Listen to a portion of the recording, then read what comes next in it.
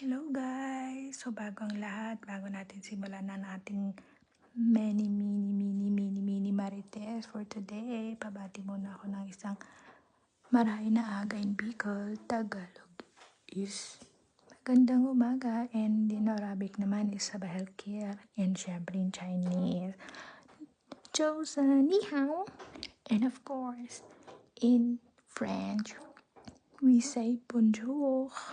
So for today's video nga naman, share lang namin. So since magkakaroon nga kami ng kasal-kasalan, so tawag ko sa kanya is kasal-kasalan kasi simpleng wedding lang siya. And since hindi naman uso dito yung church wedding, so so maliit lang siyang kasal. So medyo nakakalungkot kasi hindi ko kasama yung family ko sa araw ng aking kasal-kasalan, and especially yung parents ko. Pero it's okay lang. So siguro magkakaroon din naman kami ng baka in the future pagka may pera kami, pag uwi kami for the blessing sa church na lang. And medyo nakakaiyak isipin, pero ayoko ng drama. So, ayan. So, okay, continue tayo. So, ayun nga, sabi ko kay uncle sa aking mapapangasawa. So, ayan, sabi ko marunong naman akong gumawa ng cake. So, magtipid tayo. Huwag na tayong bumili o gumastos ng cake since ang mahal ng cake dito, guys. So, sabi ko is may alam naman ako. HRM graduate nga pala ako.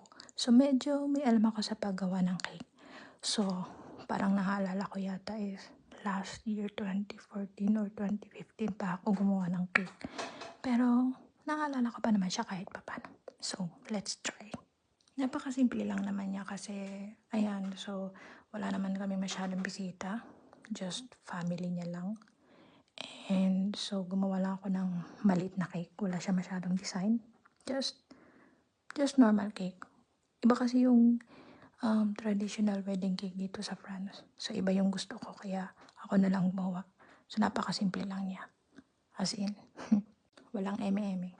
So, ayun, dito nga namin ginawa yung kasal. Kasi, mas mapapagaan kasi dito kung dito gagawin compare sa Pinas yung proseso. Kasi sa Pinas medyo mahihirapan. So, dito namin siya ginawa. So, ayan, hindi pa rin ako makapaniwala hanggang ngayon na yung babaeng ayaw magpakasal, ayaw mag-asawa, ngayon ikakasal na.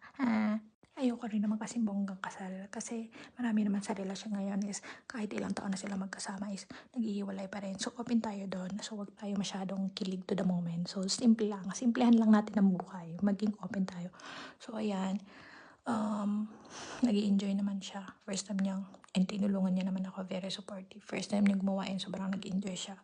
So, ayan lang. Ito yung flower, with flower lang, something ganun, eche, eme.